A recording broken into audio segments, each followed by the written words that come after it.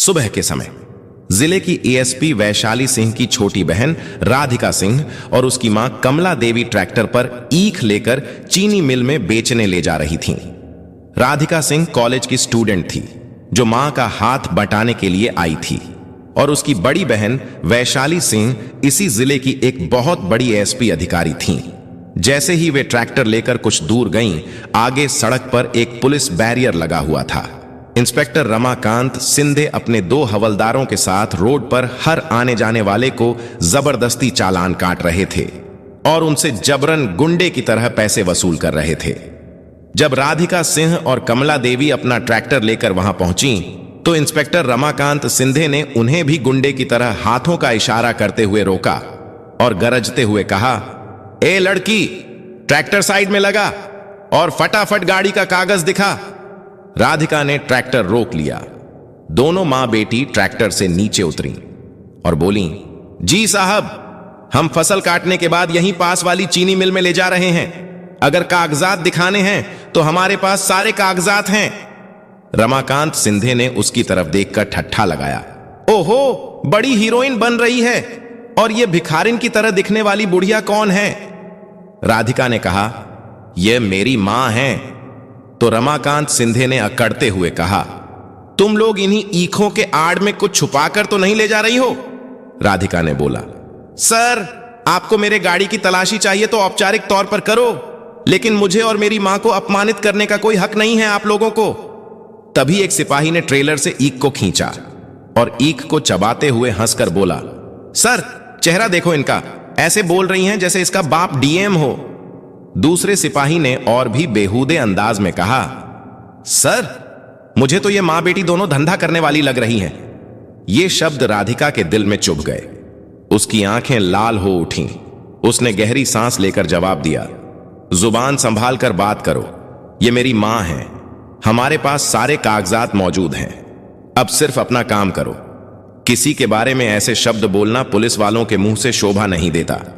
इतने में इंस्पेक्टर रमाकांत सिंधे गुस्से में आग सी भड़क उठा और बोला, अबे चुप, तेरी जैसी लड़की हमें बोलना सिखाएगी?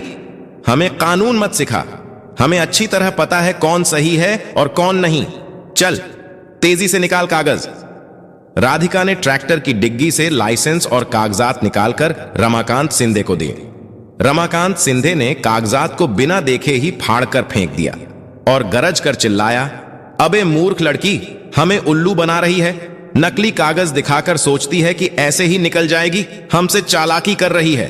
राधिका को गुस्सा आ गया और बोली, सर, ये क्या बदतमीजी है? मेरे वो सारे ओरिजिनल कागज थे, आपने उन्हें क्यों फाड़ दिया? आपको किसने अधिकार दिया है कि एक पुलिस वाले होकर लोगों के साथ ऐसे बदतमीजी करो? इतना सुनकर इंस्पेक्टर रमाकांत सिंधे आगे बढ़ा और बिना किसी झिझक के एक जोरदार थप्पड़ राधिका के चेहरे पर जड़ दिया। उसकी आवाज इतनी तेज थी कि पूरी सड़क पर सन्नाटा छा गया। राधिका का सिर झटक गया, आंखों में आंसू तैर आए। एक बेटी जो उसी जिले की एक एएसपी की बहन थी, आज उसी जिले में वर्दी पहने कुछ गुंडों के हाथों जलील हो रही थी। उसकी मां कमला देवी चीख पड़ी और आगे बढ़कर बोली, ए, मेरी बेटी को क्यों मारा तुमने? हमें नहीं जानते हो कि तुमने किस पर हाथ उठाया है? रमाकांत सिंधे ने उन्हें धक्का देते हुए धमकाया, चुप भिखारी, ज्यादा बोलेगी तो तुझे भी ऐसे ही थप्पड़ मिलेंगे। दोनों सिपाहियों ने शैतानी हंसी के साथ कहा, हां हां, बड़ी तेज बन रही थी, देखो सारी तेजी निकल गई। राधिका का खून खौल उठा और उसका हाथ थप्पड़ का जवाब देने के लिए उठा, मगर फिर वहीं रुक गया। वह जानती थी कि अगर उसने उन गुंडों पर हाथ उठाया तो मामला और बिगड़ जाएगा। और वहीं सड़कों पर तमाशा देखने वालों की भीड़ जमा हो गई थी, मगर किसी में हिम्मत नहीं थी कि आगे बढ़कर कुछ कह सके। उसी भीड़ में एक नौजवान लड़का आगे बढ़ा और इंस्पेक्टर से बोला, सर, यह सब गलत है, आपको इनके साथ ऐसा दुर्व्यवहार नहीं करना चाहिए। तभी इंस्पेक्टर गुस्से से तिलमिला उठा और बोला, क्यों? यह तेरी रखैल है जो न्याय की पाठ पढ़ा रहा है? चल भाग यहां से। फिर रमाकांत सिंधे चिल्लाते हुए बोला, इन दोनों को गाड़ी के अंदर ठूंसो और ले चलो थाने। वहां हम बताएंगे कि पुलिस की पावर क्या होती है। तीनों पुलिस वाले उन्हें धक्का देकर जीप में ठूंसने लगे। जीप में राधिका अपनी मां कमला को सीने से लगाए बैठी थी। कमला देवी रो रही थीं। और बेटी के चेहरे पर पड़े थप्पड़ के निशान देखकर सिसक रही थीं। राधिका की आंखें आसमान की तरफ ठहरी हुई थीं। चेहरे पर चुप्पी थी, पर दिल में एक आग जल चुकी थी। वह जानती थी कि यह जलालत चुपचाप नहीं सहने वाली। थाने पहुंचते ही रमाकांत सिंधे मूंछों पर ताव देते हुए गरजा, अबे हवाले में ठूंस दो इन दोनों को, सुबह तक सारी अकड़ निकाल देंगे, फिर देखेंगे इनकी औकात। दोनों सिपाहियों ने धक्के मारकर मां बेटी को एक बदबूदार कोठरी में बंद कर दिया। दरवाजा बंद होते ही कोठरी की दीवारों में उनकी सिसकियों की गूंज गूंजने लगी। मगर इन पुलिस वालों को इस बात का पता नहीं था कि बाहर एक ऐसा तूफान खड़ा था जिसकी कान में थोड़ी सी भी भनक पड़ी तो उनके थाने सहित पूरी जिंदगियां उलट पुलट हो सकती थीं। कमला देवी ने रोते हुए कहा, बेटी ये लोग हमें कहां बंद करके रख दिए, अब क्या होगा? राधिका ने अपनी मां को गले लगाया। उसकी अपनी आंखों में भी आंसू थे। मां तुम फिक्र ना करो, बस थोड़ी देर की बात है, सब ठीक हो जाएगा। कमला देवी को सांस की बीमारी थी। राधिका सिंह मां की हालत देखकर समझ गई। वह भागती हुई शोर मचाने लगी, जल्दी मेरी मां को यहां से निकालो, उसका दम घुट रहा है, मर जाएगी। राधिका सिंह जोर जोर से चीखने लगी।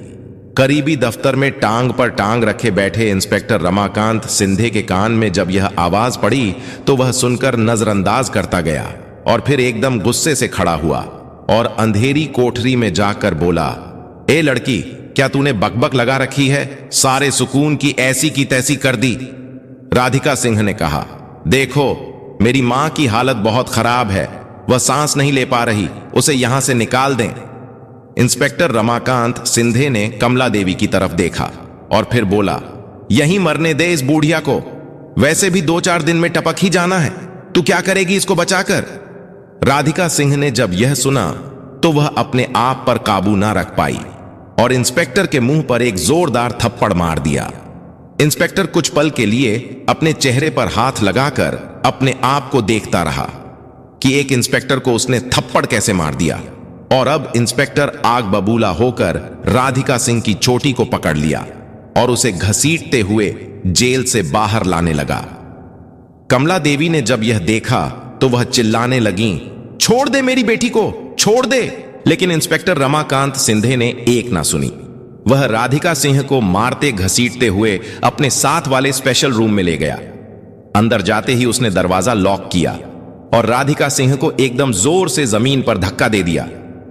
ए लड़की, तूने मौत को अपनी दावत दी है। ऐसा कभी नहीं हुआ कि इंस्पेक्टर रमाकांत सिंधे पर किसी ने हाथ उठाया हो। तुम मामूली कीड़े मकोड़े हो और एक इंस्पेक्टर पर हाथ उठा रहे हो। राधिका सिंह उठी और बोली, देखो तुम यह एक गैर कानूनी काम कर रहे हो और तुमने मेरी मां को बुरा भला कहा, इसलिए मैंने यह किया। तुम्हें यह करने का बिल्कुल हक नहीं। रमाकांत की आंखें लाल हो गईं। उसने एक जोरदार थप्पड़ राधिका सिंह के मुंह पर मारा। वह घूमती हुई पीछे जा गिरी।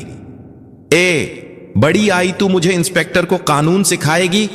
वहां अंधेरी कोठरी से कमला देवी लगातार आवाजें लगा रही थीं।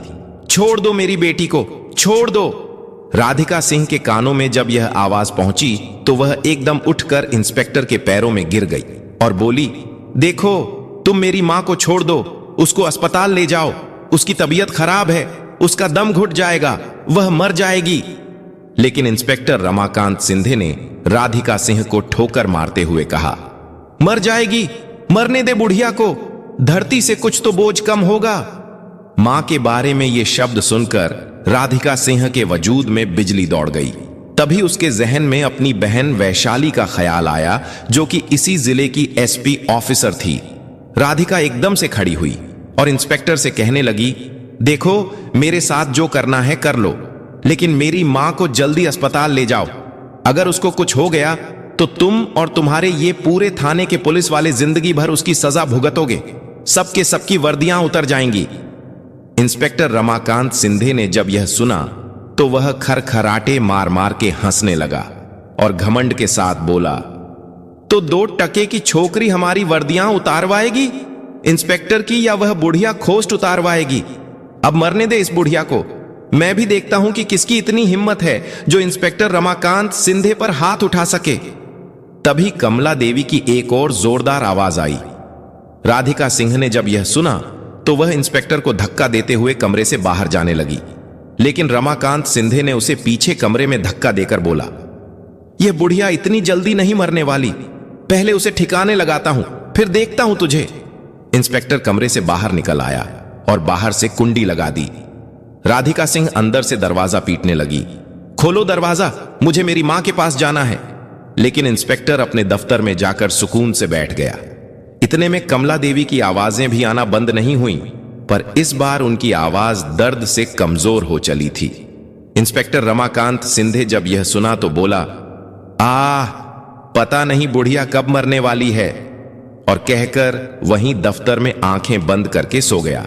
कमला देवी यूं ही आवाजें लगाते लगाते एकदम जमीन पर ढेर हो पड़ी, सांसें धीमी पड़ गईं और वह बेहोश होकर लेट गईं। कुछ पल बाद जब इंस्पेक्टर रमाकांत सिंधे की आंख खुली तो उसने चौंक कर कहा, यह बुढ़िया चुप कैसे बैठी है, जाकर देखता हूं। इंस्पेक्टर कुर्सी से उठकर अंधेरी कोठरी की ओर बढ़ा। जैसे ही वह वहां पहुंचा तो कमला देवी को जमीन पर पड़ी देखकर उसे लगा कि वह इस दुनिया से चली गई हैं। रमाकांत सिंधे ने घमंड भरी हंसी के साथ कहा, हाँ, ए बुढ़िया गुजर गई क्या? चलो, बड़ी मुश्किल से जान छोड़ी है तूने। उसकी आंखों में एक राक्षसी संतोष था। चलो जाकर तेरी बेटी को यह खबर सुनाता हूं, देखता हूं कैसे हमारी वर्दी यहां उतारवाएगी।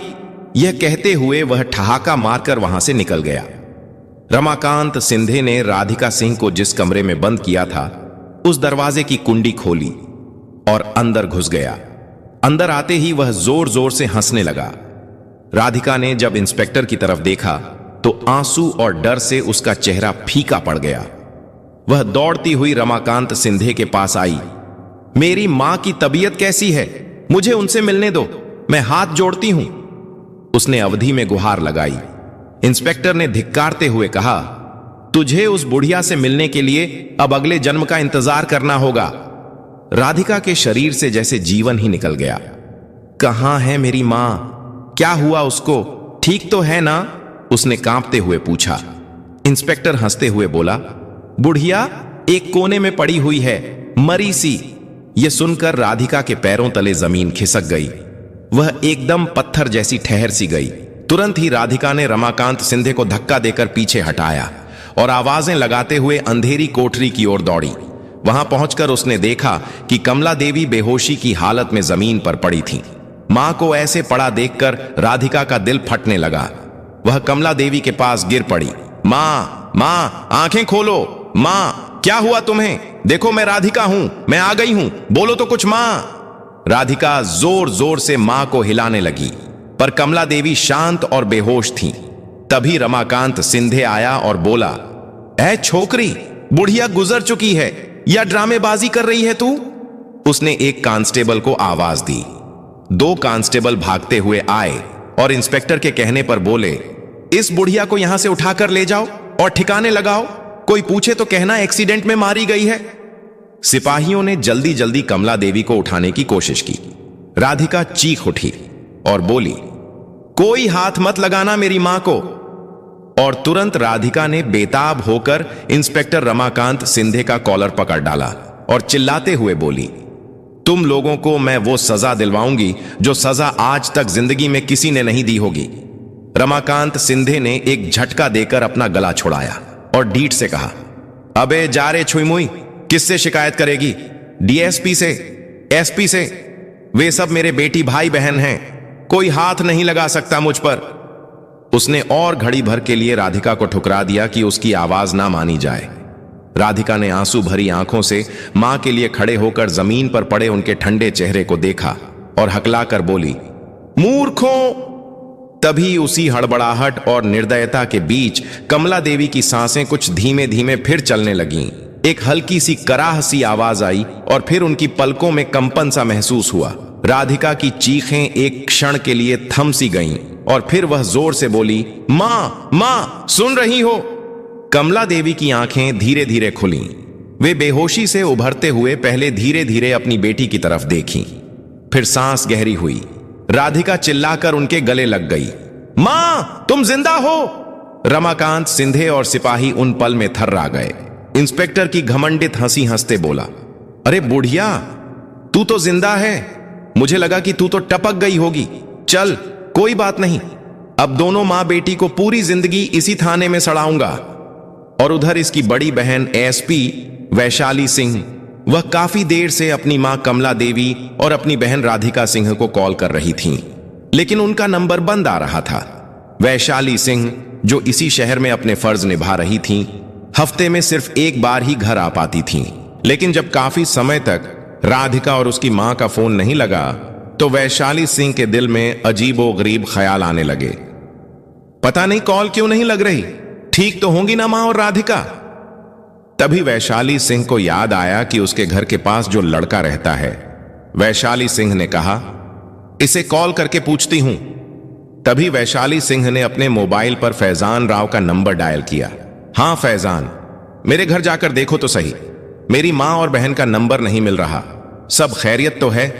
फैजान घर से बाहर निकला और देखा घर पर ताला लगा था। I am outside your house but it get is locked. यह सुनकर वैशाली सिंह बहुत परेशान हो गई। उसने उसी वक्त घर जाने का फैसला किया और एसपी वैशाली सिंह अपनी बर्थडे पुलिस अधिकारियों के साथ गाड़ियों का काफिला लेकर अपने शहर की तरफ निकल गईं। गाड़ी में बैठी हुई वह लगातार अपनी मां और बहन के बारे में सोचती रहीं। कहां चली गई हैं वह दोनों? कुछ देर बाद वैशाली सिंह अपनी गाड़ी में पुलिस ऑफिसरों के साथ घर के बाहर पहुंची तो घर पर लगे ताले को देखा और इधर उधर लोगों से पूछने लगीं, लेकिन किसी को उनके बारे में कोई खबर न थी। पुलिस अधिकारियों ने घर का ताला तोड़ा और अंदर की अच्छी तरह तलाशी ली। Moving left, moving to the next room, मगर अंदर भी कोई मौजूद नहीं था। अब वैशाली सिंह अपनी मां और बहन की गुमशुदगी को पता करने वहीं पास वाले थाने में पहुंची तो इंस्पेक्टर रमाकांत सिंधे अपने ऑफिस में बैठा चाय पी रहा था और जैसे ही उसने वैशाली सिंह की वर्दी पर लगे स्टार्स और अशोक स्तंभ को देखा और इसके पीछे खड़ी है बढ़िया बड़ी पुलिस अधिकारी को देखा तो चौंक गया और तुरंत रमाकांत सिंधे ने झट से चाय का कप टेबल पर रखा और इंस्पेक्टर रमाकांत सिंधे डरते हुए खड़ा होकर सैल्यूट मारा। जी मैडम, हुक्म कीजिए, कैसे आना हुआ? एसपी वैशाली बोली, मेरी मां और बहन लापता हैं, इसलिए मैं चाहती हूं कि मुझे 3 घंटे के अंदर मेरी मां और बहन को पता लगाओ कि वह कहां है। इंस्पेक्टर बड़े प्यार और अदब से बोला, जी मैडम, हम बहुत जल्दी मां और बहन को खोज निकालेंगे, लेकिन अगर आपके पास उनकी कोई तस्वीर हो तो उन्हें ढूंढने में आसानी हो जाएगी। वैशाली सिंह बोली, तस्वीर तो नहीं, अच्छा रुको जरा, मोबाइल में देखती हूं। वो मोबाइल की गैलरी में तस्वीर ढूंढने लगी। ओ हां, मिल गई, ये रही। इंस्पेक्टर रमाकांत सिंधे ने बड़े प्यार से कहा, जल्दी दिखाइए। और जैसे ही वैशाली सिंह ने अपना मोबाइल इंस्पेक्टर के हाथ में दिया, राधिका और कमला देवी की तस्वीर देखकर इंस्पेक्टर का चेहरा उड़ गया, उसके हाथ कांपने लगे। वैशाली सिंह बोली, क्या हुआ, ठीक तो हो तुम? इंस्पेक्टर के दिल की धड़कन तेज हो गई और चेहरे से पसीना टपकने लगा। वैशाली सिंह ने कठोर आवाज में कहा, क्या हुआ, बताओ क्या है ये सब? इंस्पेक्टर ने कांपती आवाज में कहा, कुछ नहीं मैडम, हम उन्हें जल्द ढूंढ निकालेंगे, आप जाइए। वैशाली सिंह को इंस्पेक्टर पर थोड़ा शक हुआ, लेकिन बोली, जल्दी ढूंढो उन्हें। रमाकांत सिंधे ने घबराते हुए कहा, जी मैडम, बहुत जल्द निकाल लेंगे, आप फिक्र मत कीजिए। वैशाली सिंह वहां से जाने ही वाली थीं, तभी लॉकअप से किसी औरत की दर्द भरी चीख सुनाई दी, हमें छोड़ दो। एसपी वैशाली अचानक रुक गईं, उसकी चाल ठिठक गई। उसने पीछे मुड़कर इंस्पेक्टर की ओर देखा। एसपी तेज आवाज में इंस्पेक्टर से कहा, यह आवाज किसकी है? इंस्पेक्टर का चेहरा सफेद पड़ गया, होंठ कांपने लगे। उसने निगाह झुका ली। तभी एसपी चिल्लाते हुए बोली, मैंने पूछा, कौन चिल्ला रहा है वहां अंदर? इंस्पेक्टर कुछ बोल नहीं पाया, बस हकलाने लगा। मैडम, वो एक औरत है, छोटी सी बात थी, लेकिन अब तक। एसपी वैशाली खुद को रोक नहीं पाई। वो तेजी से उस लॉकअप की तरफ दौड़ पड़ी। जैसे ही उसने दरवाजा खोला, उसके कदम थम गए, उसकी सांसें रुक गईं। लॉकअप के अंदर जो नजारा था, उसने उसके होश उड़ा दिए। वहां जमीन पर गिरी बिखरे बालों और मैले कपड़ों में उसकी अपनी मां कमला देवी और छोटी बहन राधिका सिंह बैठी थीं। एसपी वैशाली सिंह कांपते हुए अपनी मां और बहन के सामने खड़ी थीं। कमला देवी ने जैसे ही बेटी को देखा वह फूट फूट कर रो पड़ी। कमला देवी रोते हुए बोली, बेटी तू यहां कैसे आई? भगवान ने भेजा तुझे, हमें तो लगा अब कोई नहीं बचाएगा। वैशाली ने घुटनों के बल बैठकर अपनी मां के पैर पकड़ लिए। मां, ये किसने किया? किसने तुम्हें यहां बंद किया? राधिका सिंह, जो कोने में सिमटी हुई बैठी थी, धीरे धीरे सिर उठाया तो देखा उसकी बहन सामने खड़ी है। तो तेजी से बहन के पास गई और अपनी बहन के सीने से लिपट गई और कांपती आवाज में कहा, दीदी, वो इंस्पेक्टर और ये पुलिस वाले बहुत बुरे हैं। इन्होंने हमारे साथ बहुत गलत किया है। दीदी, जब हम ट्रैक्टर पर ईख लेकर बेचने जा रहे थे तो ये लोग हमें रोक लिए और हमसे गाड़ी के कागज मांगे। जब मैंने कागज दिया तो कागज को फाड़ दिया और पैसे मांगने लगे। मैं मना किया तो मां को धक्का दिया और जब मैंने विरोध किया तो हमें थाने ले आया। मां को मारा, मुझे भी, और कहा कि कोई हमारी बात नहीं सुनेगा। वैशाली के चेहरे पर क्रोध की ज्वाला फैल गई। उसकी आंखें लाल हो गईं। एक अफसर नहीं, अब एक बेटी और बहन खड़ी थी वहां। वह धीरे धीरे उठी और लॉकअप से बाहर निकली। इंस्पेक्टर और बाकी सिपाही डर के मारे पीछे हट गए। एसपी गरजती आवाज में कहा, वर्दी पहनकर तुमने औरतों पर हाथ उठाया, वह भी मेरी मां और बहन पर। इंस्पेक्टर हकलाया, हम मैडम, गलती हो गई, पहचान नहीं पाया। एसपी वैशाली चीखते हुए बोली, गलती नहीं, पाप किया है तुमने। उसने तुरंत एक आईपीएस अफसर को आदेश दिया, इंस्पेक्टर और शामिल सिपाहियों की इन सबको ड्यूटी से सस्पेंड किया जाए और इनके वर्दी उतारो अभी के अभी। आईपीएस अधिकारी ने 2 पुलिस अधिकारियों को आदेश दिया। 2 पुलिस अधिकारी आगे बढ़े और सबके सामने थाने में जबरन इंस्पेक्टर और उन 2 सिपाहियों की बेल्ट और टोपी उतारी गई। थाने में सब खामोश थे। एसपी वैशाली आगे बढ़कर बोली, अब इन्हें उसी लॉकअप में डालो जहां इन लोगों ने मेरी मां और बहन को रखा था और इन्हें दिन में सिर्फ एक बार खाना दो, और वो भी सूखी रोटी। पुलिस अधिकारियों ने आदेश का पालन किया। इंस्पेक्टर और उसके 2 साथी उसी सेल में ठूंस दिए गए।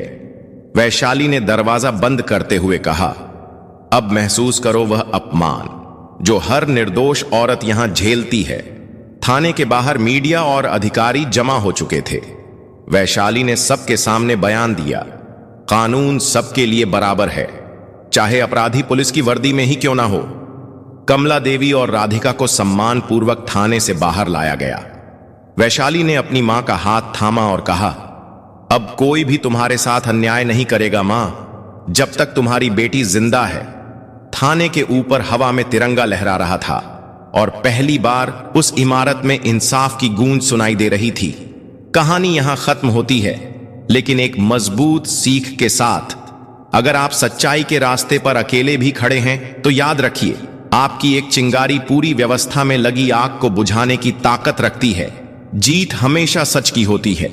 अगर आपको यह कहानी पसंद आई हो तो इसे लाइक करें और ज्यादा से ज्यादा लोगों तक शेयर करें, और हमारे चैनल को सब्सक्राइब करना ना भूलें, क्योंकि हम आपके लिए ऐसी ही प्रेरणादायक कहानियां लाते रहेंगे।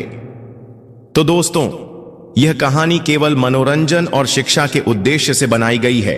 इसमें दिखाए गए सभी पात्र, घटनाएं और संवाद काल्पनिक हैं। किसी भी वास्तविक व्यक्ति, संस्था या घटना से इनका कोई संबंध नहीं है। कृपया इसे केवल कहानी के रूप में देखें और इसका आनंद लें। हम किसी की भावनाओं को ठेस पहुंचाना नहीं चाहते।